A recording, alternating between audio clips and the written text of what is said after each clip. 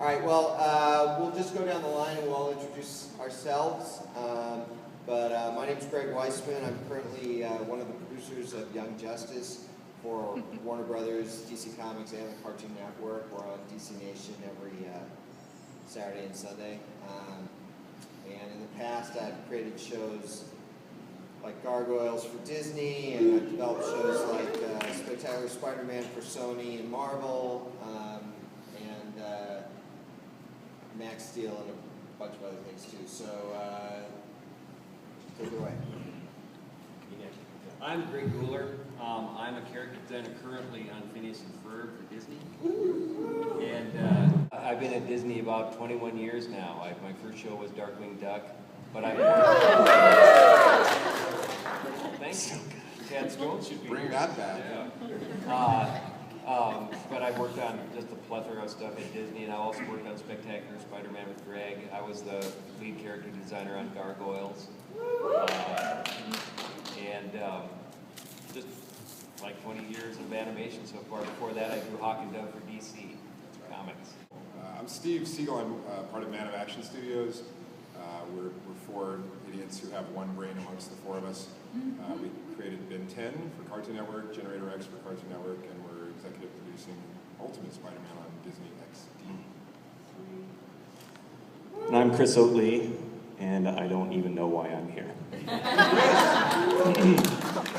I'm a character designer at Disney Toon Studios. I worked on basically all of the Disney Fairies movies. I worked on Planes, which has recently been announced, and I'm currently working on an undisclosed project. And I also have two podcasts, one about creating comics, which is at paperwingspodcast.com, and a personal kind of audio journal, industry interviews, etc. kind of thing called Chris Oatley's Artcast at chrisoatley.com. You work in the section that I'm not allowed to go in. I know, isn't that weird? Yeah. So weird. They had a breakfast cereal bar there that we didn't get to use, and so I will bring you some. Yeah, it almost came to blows, but now Phineas and Ferb has their own cereal bar, so you guys are safe. We don't even get lunch. We have a Sparklets water thing.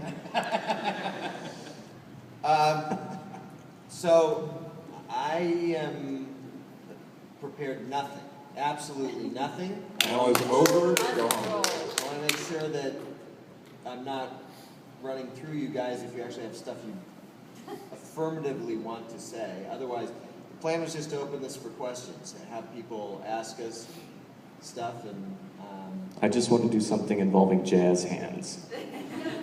Yeah. You don't get to see four animation professionals do jazz hands all at once. Bucket list. Usually we're arrested. Yeah. You can't see, but under the table he did a ball toe change. So does anybody have a question to get the ball rolling about what you wonder about how a show is designed and created and all that stuff?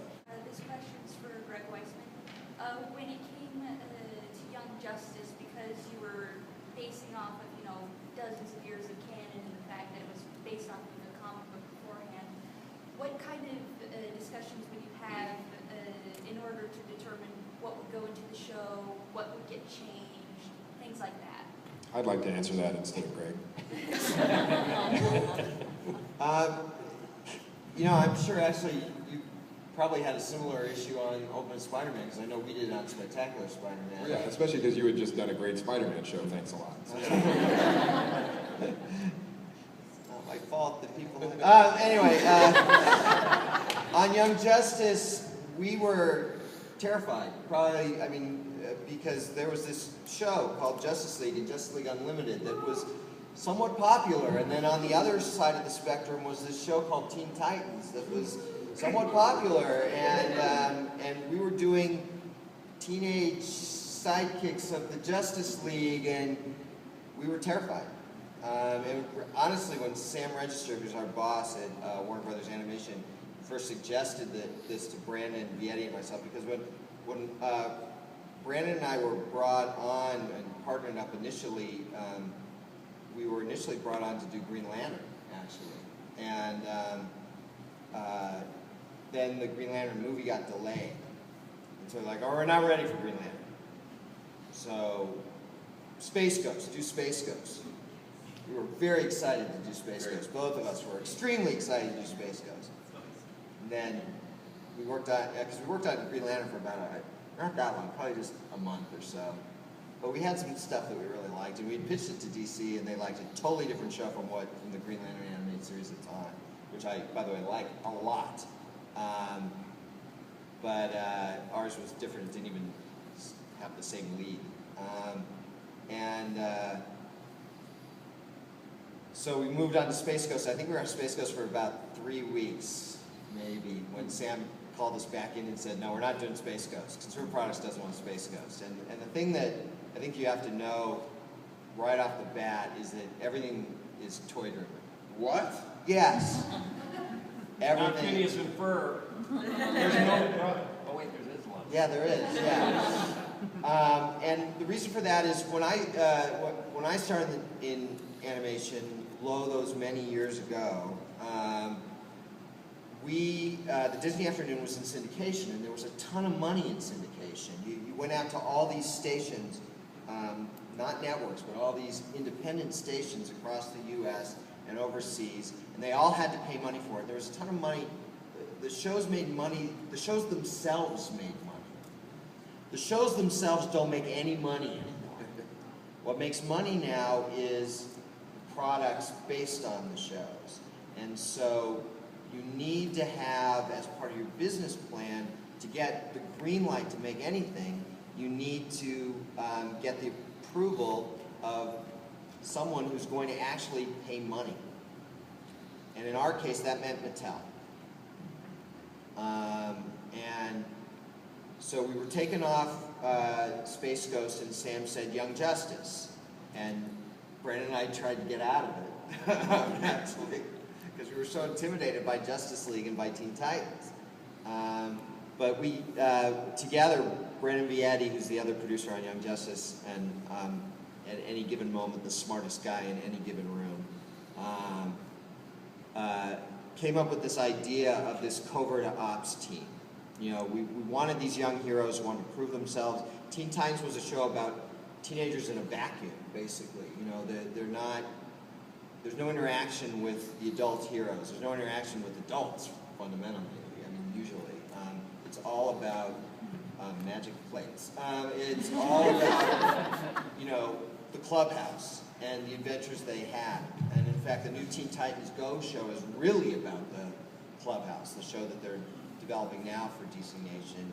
And actually, not just developing, they just went into production on that show, or pre-production at least. But we were going to make our show about the dynamic between the adult heroes and the teen heroes, and we thought that was a different twist. And by making it a little more of a spy show than a superhero show, we thought that would be a nice twist. And then the next job was mine, and I, because between the two of us, I'm the bigger geek, and I'm also older by a lot, and more of a sort of encyclopedic nerd when it comes to this stuff. So I went through and I put together a list of about 50 to 60 DC Comics teenage heroes. DC has a lot of teenage heroes. A lot of teenage heroes. They don't have any mutants, they've still got a lot of teenage heroes. So for example, DC had 4 blonde teenage archers. Female. 4 blonde female teenage archers. I think that's a show. Yeah. So, you know, we had a lot to choose from there, and so one of the things we did to get back to the original question, because I know it sounded like I'd never get back to it. Don't you wish I had answered this instead of yeah, you know, we wanted a nice balance of powers. We wanted a couple characters who didn't actually have superpowers, but just had mad skills. So we had Robin and Artemis in there. We wanted characters that had a different types of powers: Superboy, Aqualad, Kid Flash, Miss Martian. We wanted characters, because one of the themes for our show was secrets and lies. We wanted characters who had secrets that they were keeping and lies that they were going to tell. So we threw all that stuff in there, we narrowed it down from the list of about 60 to a list of about 12 or so, about a dozen. And then we kept narrowing it down till we had what we felt was our core 6. And the toughest thing is I really wanted to do Speedy. I really wanted to do Speedy / Red Arrow, but, and Brandon, I have to say, Brandon was sort of Artemis's champion there. And as always, he was right. It's a little frustrating. But we compromised because we sort of made Speedy Red Arrow our 7th lead in the show for season 1. And that worked out really great. So he wasn't a regular, but he was a recurring character, and I got to have, you know, in essence, the 14 Titans I grew up with in the show in one way or another. So Tempest is in there because Garth is in there, and we had our new Apple ad, who I think, you know, kicks major ass, and his voice is Kari Payton, who's here at the convention, and you should stop by his booth too, because he's one thing, I've noticed that recent episodes of all the shows you got, they have sort of experimental type displays. Like, for example, Ultimate Spiderman had an episode that was shot entirely from the perspective of a portable camera and stuff. How difficult is it to get approval to do stuff like that, where it's totally changing the format of the show, just to play around with it? What's funny about Ultimate Spider-Man is it has all the format violations built into the show. And then if I were to say, for example, let's do an entire episode from the viewpoint of Mary Jane's cell phone, the answer would be absolutely not. It violates the violations of the show. But it was Joe Quesada who was sitting in the room, and he's like, what if this whole thing came from Mary Jane's cell phone point of view? And everybody's like, that's great, we love that. I think it helped that it was Joe's idea, but then that made it a really interesting episode, and production was like, oh, what have you done to us? But they really rose to the challenge of trying to really be true to that point of view. So on that show in particular, we're trying to knock things over and make a lot of noise and, you know, break the fifth wall if possible. So I think, and I'm now the guy who sits there and goes, can't we do something like the cell phone again? So trying to find the weird way to do it. But the problem with animation is it is a speed bump for the people who actually have to draw and produce that show, because it takes a lot of time to gear the show up, and then they're kind of praying that they make up that time because they've got all these kind of assets and this vocabulary to make the show happen. So when you change the rules on them, it creates a lot of work for those people, so you can't do it all the time, but once in a while. Yeah. Peter Parker's iPod. Peter Parker's iPod. Yes. Oh, Peter Parker's calling me. I should have turned my phone off. So, question for like everybody, but what's an average day of work look like for you guys? Sleep till 8, wake up, dinner, back to sleep. Yeah. Go to the drawing board, sleep there for a while. It depends what stage of production for me. You know, as a producer, I'm involved with the series from beginning to end, so we go through development, pre-production, production, post-production.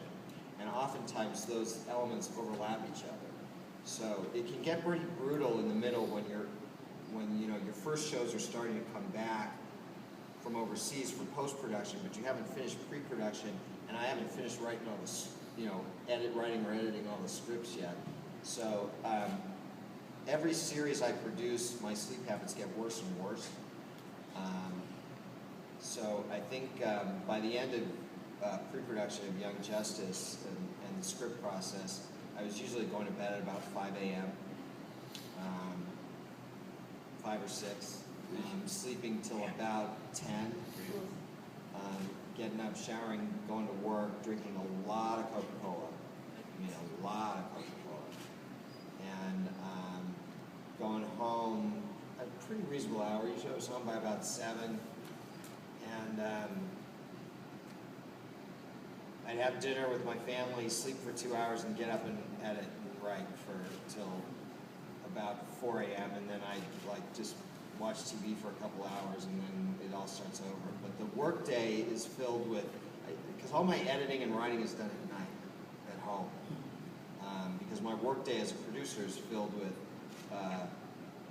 approving models, giving storyboard notes, you know, going down to the edit bay to edit a show, going to music sessions with dynamic music partners who do the music for the show, going to sound mixes. I mean, we've got so much stuff going on that I don't have time to actually do my job during the day. So all the writing and editing was at night. Now, at this point in the series, we're done with the writing. We're actually, at this point, for season 2, done with the storyboards, finally, just recently. And almost all the design work's done. The only thing that we have left is color models. All the line models, the black and white models are done for season 2. We've got 2 episodes left worth of color models. But that doesn't take up much time, so it's really all post-production. So things have really calmed down for me, and I'm still going to bed at 5 a.m. because now I'm in this horrible cycle. Security guard. Yeah, well, and I may need 24-hour that, you Walmart. never know. So my day is every day is kind of different because in essence, and for both Brandon and myself, and Brandon has it worse because Brandon writes scripts, he draws. You know, when the animation comes back, it's like Aqualad's eyes are looking this way, like her eyes are that way. Brandon's the guy who photoshops that eye together. You laugh, but that happens all the time. All the time. All the time. So, you know, I have a tremendous advantage over Brandon in that I can't draw at all. And you keep telling everybody that, so you'll never have to even be Right. bullshit. It's the same thing with, like, when my wife wants me to start the dishwasher. I don't know how that machine Yeah, works. that's a evil spirit, man. You guys, I mean, you know kind of how the process goes. One of the things I'm loving lately is people going, tell everybody what you think and they'll change it. There's no way to change it. These shows are a year ahead of what you're watching by and large. You know, so 10 there's months at least. stories are broken, scripts are written, then it's recorded, then it goes to storyboards, which ours are done here, most people are done here. Then the animation is usually shipped overseas for cost reasons. Currently to Korea, China, and India are fighting to take all that over at a lower rate. And that's months and months overseas. It comes back in various forms. You do corrections on the art, you do corrections on the recording. It goes back, it goes into post-production where they add like After Effects and added visual effects and things. There's final edits, there's music recording, there's mixing, there's all kinds of stuff. So, you know, the episodes that you're watching are episodes we were thinking about at least 10 months ago, and in our case, more like a year and 2 months ago, and we're in the future. So it's actually hard to go to a convention because people are like, in the episode that just aired, da-da-da, and I'm like, oh, yeah, I remember that. That was a year and a half ago when I was thinking about that. Wait till they start asking you questions about gargoyles. Actually, Did you draw Bill Smith in episode 223? I'm probably better suited to answer this. Show me a picture of Bill Smith. Well, and my role is a little bit different, just in that we're in a sort of more of a feature, schedule where, although the stuff I'm working on now won't be until 2014, and I've been working on this current movie for a year, so it's really far away. It's hard to keep secrets that long, but I've gotten pretty good at it. But like my typical day will be, well, there's not really a typical day, and it depends on the phase of production, but probably most common my routine is get a script, there's characters in the script, I sit down with my art director, the head of story, my director, sometimes combinations of those people, depending on who's busy, and we just talk about the character, and sometimes the character is just an idea, or it's like, oh, we're kind of thinking of, John Travolta kind of guy, whatever, there's some sort of just really ambiguous thing, and other times it's really spelled out and people really have a very clear idea of what they want. And then I go away for like 2 days and I sit in a coffee shop and draw in the sketchbook and come back and go, what do you think of this? And they go, I like that one, take these two, merge them together, and then do a few more. And then we just kind of slowly get more and more locked in to what the character is going to look like, and eventually get to the point where I'm actually painting it in Photoshop to make it look like a CG model, and then we outsource that CG model to our studio in India, who then outsource the building of the CG model to our studio in India. Usually we build some of our models in-house as well, but that's when I have to cut the umbilical. Ta-da! Well, I live in Colorado, and I'd been at Disney for 15 years, and so my work day there was much different. I got on the train, I came into Disney, we have handouts on Monday, and then we have a week to do, if it's an 11-minute episode, we have a week to do all the characters. And if you've ever watched Phineas and Ferb as an example, there's like 9,000 characters in some episodes, and they don't really hesitate. 10,000 monsters, and so I do, He cheats and does like 99 cents. Yeah, I do. But, and so that was more of a regular work day. Now that I have a studio in my home in Colorado here in Fort Collins, it's very difficult because if any of you work at home, you know that the work is always there. And one of the things about animation is the deadline is as sacred as you can make it. Because, like these guys are saying, down the road, everybody, if you're late, they're going to be late, and then it's going to get shipped late, and the ship day. Now you said that, I gotta go. I shouldn't be My here. ship day is Wednesday, so whenever we plan to do something with my family, it's got to be after Wednesday, because Wednesday is ship day, and that's when they ship all the components of the episode over to Korea or China or wherever it is. I've worked in the past. I've worked in the DVD side with all the guys he works with, and that's a little different of a schedule because there's more time and there's more money, and they don't seem to have a problem with halfway through the project rewriting it, starting over. Although we didn't have money in the first place. That never happens. And so my work day usually starts about 9 o'clock, and sometimes I, after dinner, go back and work for a while because, like I said, I email my work on the FTP side. I send it in, and they change it and send it back to me. And what I've noticed is on the regular episodes, I very rarely get too many changes. But if we've got, like we just recently did a movie for the Disney Channel, Across the Second Dimension in Fabulous 2D, Phineas and Ferb. We had all kinds of time to change the platter board 900 times. I've got drawings that say 11, 15, because you have a little more time, there's a little more money, and they want this to be a big hit. Phineas and Ferb, as opposed to all the other shows I've worked on, seem to have a little more wiggle room with the schedule because of that. But really, my schedule is dictated, and my work hours are dictated by how much work I have to get done. And I have to quit when the work is done, and sometimes it isn't done until really, really late. But then I get to see a lot of CSI shows about horrible murders that have happened and stuff that aren't on during regular TV watching hours, but that's my work day. We have voice records 2 days a week, and I work from 8 till noon writing, and the voice records are scheduled at other times, production meetings are scheduled at other times, but I try to make sure I write 2 days a week, 4 hours a day, no interruptions, no phone. And then if I can, 1 day a week, I write comic books, yay, for a whole day, 8 hours, no phone. Rarely does that get to happen because of the sheer amount of meetings, but because there's 4 of us, I can beg off some of the meetings once in a while. You need 3 other yous. Yeah, I don't like myself enough to have any more of me. Any more questions? Yeah. What's the difference and what are the challenges of pitching an original show like Gargoyles or Ben 10 versus something that's based off of property like my brain space, like Tailspin or Young Justice? Yeah, it's kind of what Greg was saying before, which is, you ever see musicals? Have you seen musicals lately? Like everything is, the Billy Joel musical before Jesus Hands. Exactly. Right? It's the Jersey Boys is a big hit because it's the music of the Four Seasons in Frankie Valley.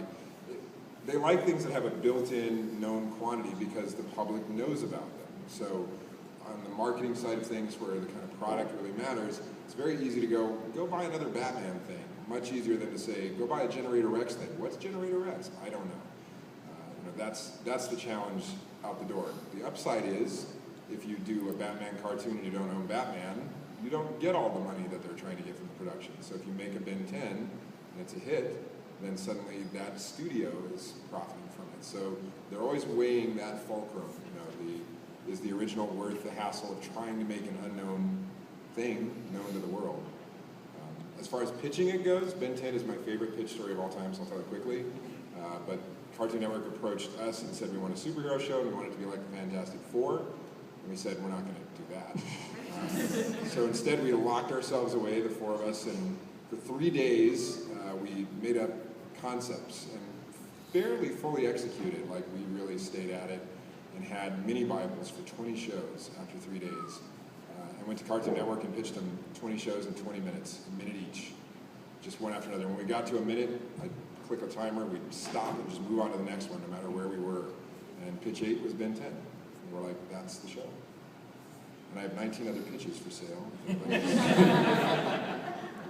You should do a little revisionist history and just make that pitch 10. Duncan always says, no, it was 10. I'm like, no, it was 8, because I'm factual. I'm not going to lie to you. Well, I know that Greg could talk more about this, but it used to be when we would pitch a show, you'd go and have a meeting with Eisner. It was a more complicated than this, but he'd say yes, or he'd say no.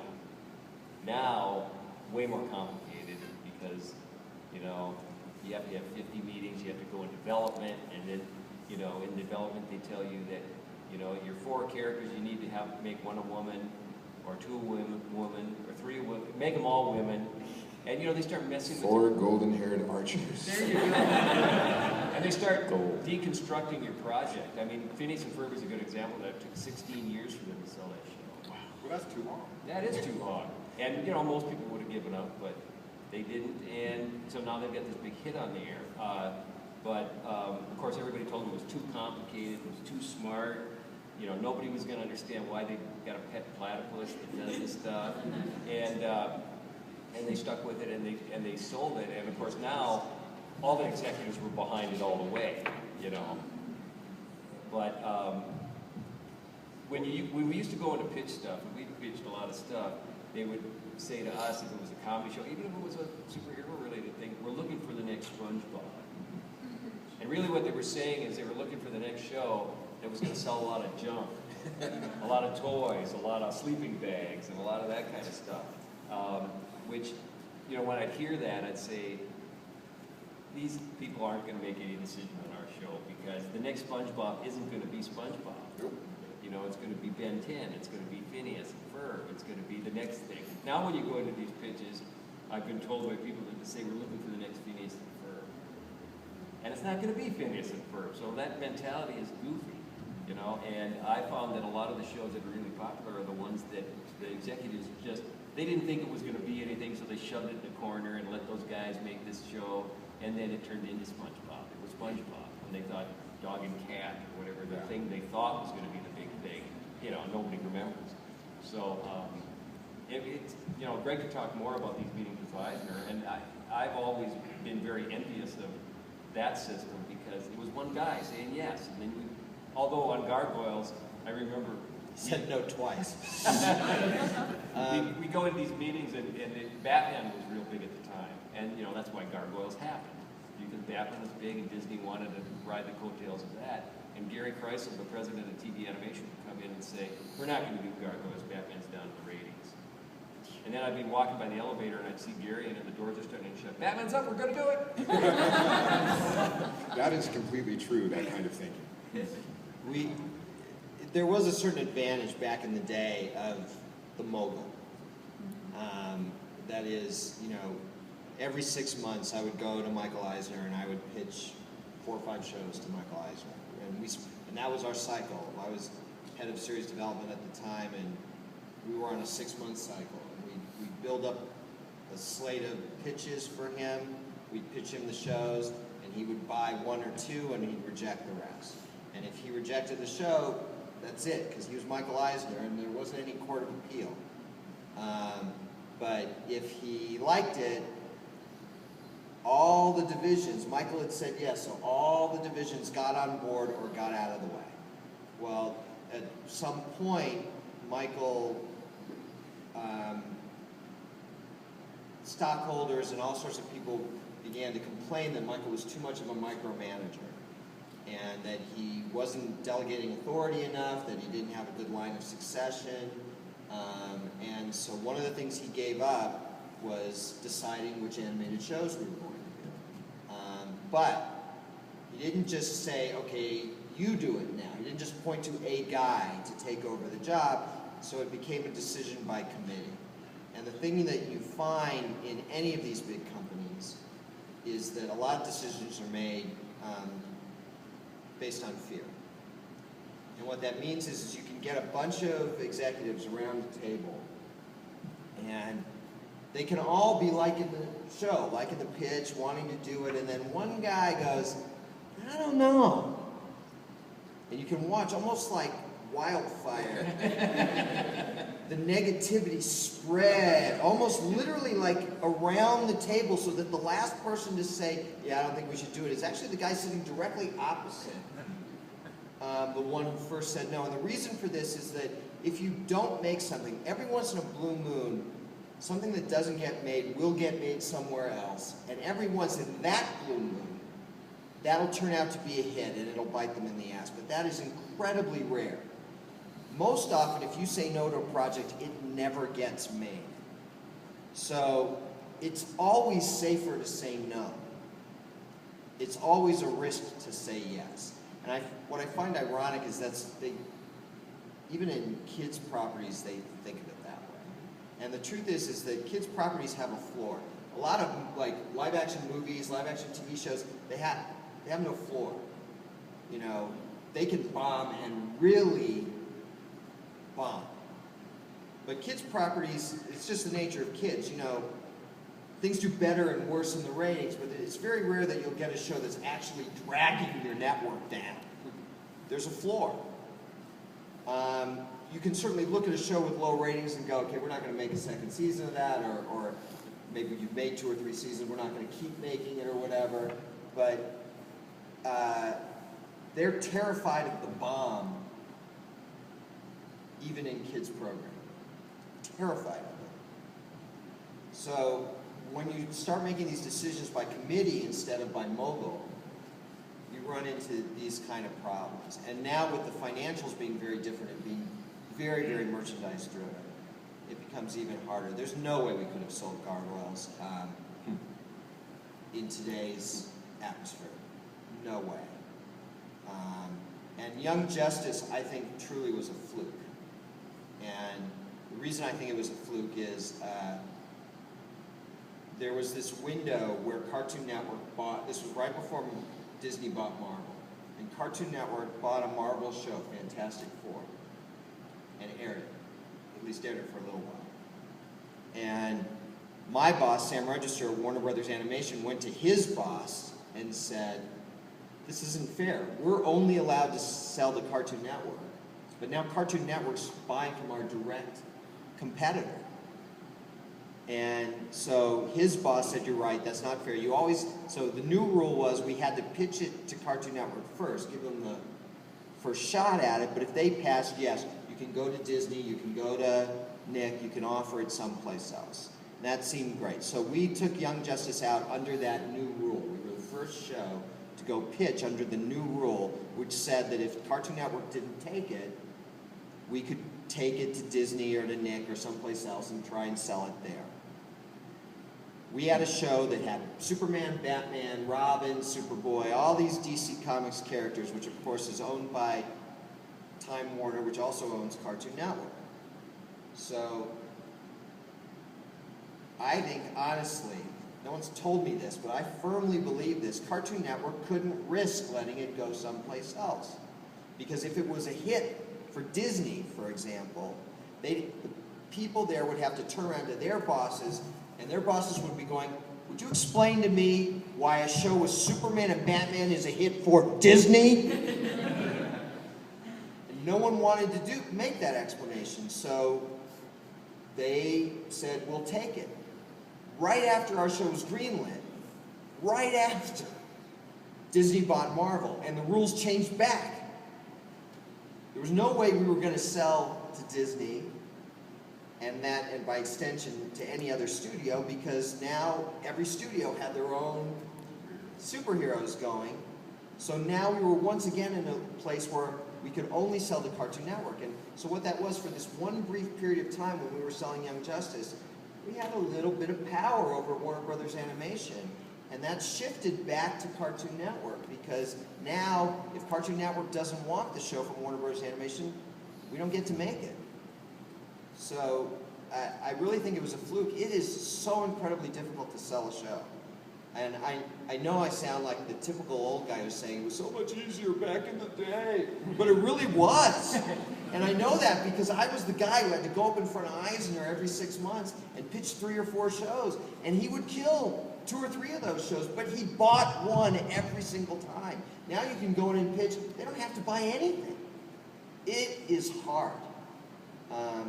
On that note, this is why I personally am so passionate about webcomics and web series, because yes, I've experienced this firsthand. I've pitched shows to networks and not had anything optioned, let alone made. And there was a point at which I just went, you know what, I'm just going to take the thing I believe in the most, and I'm just going to make that and just see how it does in a, whatever, with a small audience, because at least that can sort of manage some of that fear a little bit. If you have 10,000 readers, that are interested in what you're doing, then you can go, and you don't have to pitch as much, right? I mean, you just kind of have to go in and say, it's already has an engine, it's already going on its own.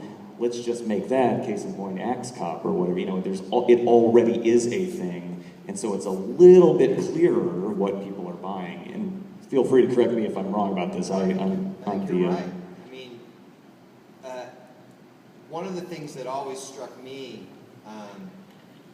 is that after Gargoyles was off the air, there have been multiple times when I've gone in to try and get Disney to do it again. Some spin-off or a sequel or pick it up again or something like that. And oftentimes the message I get is, I don't know how many people still know what Gargoyles is, and not that many people know about it, but we got this comic book, big hit comic book, and they're showing it to me, and I'm like, yeah, that's cool. It's an indie comic. It's probably selling, 7, 8, 1,200 copies. Yeah, and on my worst day, I was telling Greg about this earlier, Gargoyles was seen by millions of people. But somehow Gargoyles is something that, because they own it, they just go, well, nah, that's over.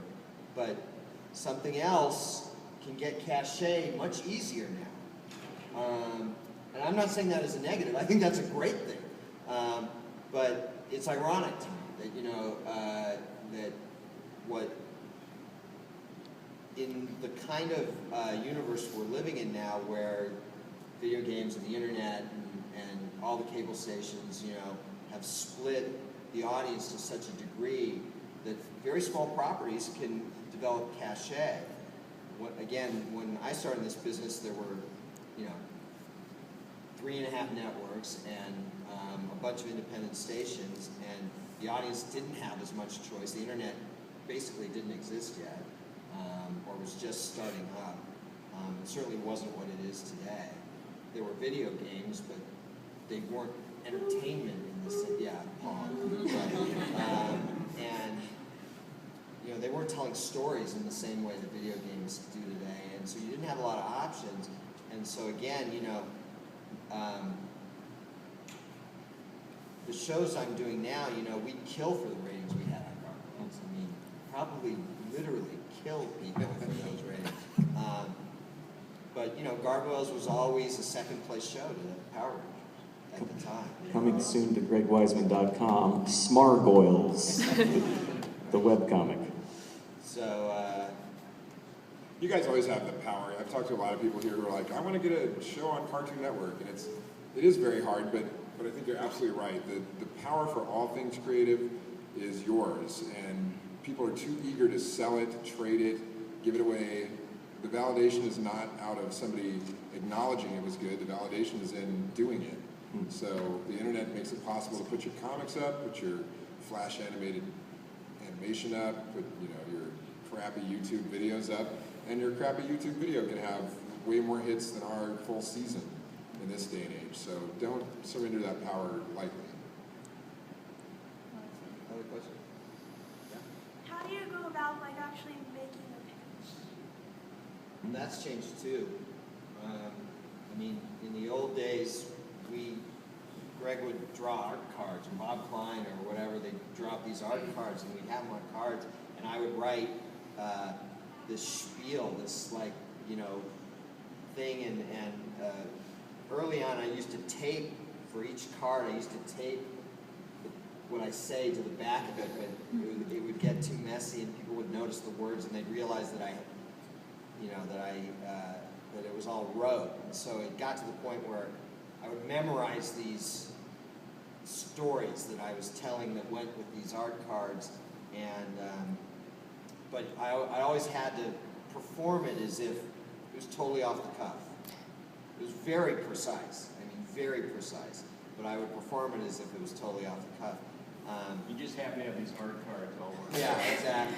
And it's I just, found these art cards in the garbage on the way over here, but wouldn't you think it'd be great if this big purple guy with wings? but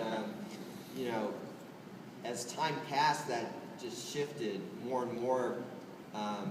The executives wanted to see animation. I mean, my favorite, you had a favorite pitch story. My favorite pitch story is, I had nothing to do with this, Kim Possible. Kim Possible was created by a couple guys, Bob Schooley and Mark McCorkle, who are currently working on Monsters vs. Aliens over at Nick. They did Penguins of Madagascar, they did Kim Possible, Buzz Lightyear, Star Command, what am I forgetting? 23 other shows, I'm sure. But in any event, and Bob and Mark had a serious track record of success, and they came up with Kim Possible.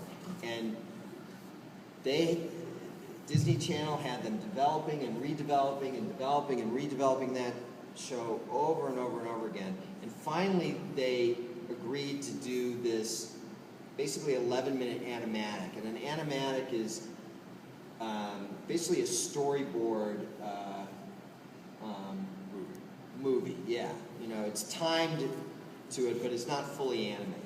Well, they did that, and then it was like, well, let's put some color in there, because it was black and white, because you don't bother coloring a storyboard. So they threw some color up there. Well, let's animate just this bit, because this is the big important sequence. Pretty soon you had an 11-minute cartoon, all but. I mean, it really wasn't, but it was all but an 11-minute cartoon. And still they couldn't decide, so they decided to focus test it. Now, back when we did Gargoyles, we did do a focus test, but it was after we were already making the show, and it was a focus test for the marketing people to figure out how they could best sell it. And even then, I thought that focus test was a joke, because they showed a bit of Gargoyles, and they said, what do you think of Goliath? Oh, we really like Goliath. What did you think of Demona? Oh, we didn't like Demona. Well, she's the bad guy. So Frank Parr and I, the producers of Gargoyles, are in the room. We're like, okay, good, this is going good. We get the report back from the focus testers, and they're like, gotta take Demona out of the show. They did not like Demona. I'm like, did you guys even watch the tape that you had these kids watch? Anyway, so they decided to focus test Kim Possible in Glendale, which is very near Burbank, California, which is where we all work. At a mall in Glendale. And the galleries. Yeah, so they gather all these kids and they take them into a room and they show them. Their parents are like, where are our kids? They give the parents booze and and the kids watch the show. And again, I wasn't there, but Bob and Mark were there, and the show scores through the roof with these kids. They love Kim Possible. And so these guys come back and they're like saying, we're good. We're golden. This was the last hurdle to get over. They loved the show. We scored through the roof. I think we should get the green light any second now. So a week passes, they don't hear anything. 2 weeks pass, they don't hear anything. They start making calls. Well, what's going on? No one's returning their phone calls. Finally, 3 weeks pass and they get called up and they go, so we focus tested the show. We know, we were there. It did really great. We know, we were there. This is Mark talking, I was standing right next to you. But kids in the LA area, they're so sophisticated. half their parents work in the industry anyway. So we're going to do another focus test in a mall in New Jersey. Oh, okay. So they fly all these executives, first class, by the way, to New Jersey. They fly Bob and Mark, coach. They all go to New Jersey. It's money on airplanes, money on hotels, money for this focus test. They do this focus test in New Jersey. And Bob and Mark are nervous. I mean, what if these guys are right? What if, Hollywood kids are more sophisticated? What if no one else likes the show? Do the focus test. Thing scores through the roof. I'm almost out of time. I got to speed up the story. And they made the show. Bob and Mark come back. They're like, we're good. This is not even your story. I know. This was great. I love this, and I love the story. Bob and Mark come back. They're like, we're good. Scored through the roof. It scored well. We're good. We should get the green light any minute. So a week passes. They don't hear anything. Another week passes. They're making calls. They're not getting their phone calls returned. Finally, at 3 weeks, turns out to be the magic number. 3 weeks pass, and the guy calls him up. He goes, so we focus tested it in New Jersey. Yes, we know. Scored really well. Yeah, scored well. But the coasts don't really speak to middle America. So we're going to do another focus test in Chicago. Well, not really Chicago. Evanston, Illinois. A mall in Evanston, Illinois. So they fly everybody out to Evanston, Illinois. Fly them all first class, except Bob and Mark. They go coach. Do a focus test in Evanston and score through the roof. Bob and Mark come back. We're all like, well, how'd it go? It went great. It doesn't matter. Went great. So we then put a pool together. I took Atlanta. I thought, well, they haven't done the South. I picked Atlanta. Week passes. They don't hear anything. 2 weeks passes. They're not calling. They're not bothering to call. And finally, 3 weeks, the call comes in. It's like, well, we did this focus test in Chicago. How'd it go? Glad you asked. It went really, really well. Oh, good. Good to hear. So we're greenlighting the show. We were all stunned. But it turns out that 3 focus tests was enough. What that taught us, really, was that, again, they were looking for an excuse to say no. The show was good. They kind of knew the show was good. But it scared them. Disney Channel, was soon to be the channel of Hannah Montana, and that was the stuff that they were developing, things like Lizzie McGuire, and which was a hit, not as big a hit as Hannah Montana ended up being, but things like that. And they didn't know what to do with this little cartoon show about this teenage spy. Not a clue what to do with that show, so they were looking for an excuse to say no. I got 2 minutes left. I have 2 fast things to say. Lowest testing show in Cartoon Network's history, South Park. Through the bottom, that test. And then just pitches. I mean, look, if you're pitching anything, any kind of story to anyone, you're trying to create a world in their mind. So it's just got to be compelling, entertaining. It's got to have identification. They've got to get the character. They've got to understand what's happening. Clarity. Short is good. People come up to my booth. They're like, I have this idea. I was born in Montana. It's like, no. Get in late, get out early. A CAA guy that I'm working with on a live action pitch said you go in and you need to have a compelling emotional hook. Like, why are you telling this story? And then you have a compelling story that you tell in 3 sentences. And then you let them ask a lot of questions. And I thought that was really stupid, and then I thought about how I pitch, and I thought that's actually pretty smart. So that's how I pitch it. Thanks for coming.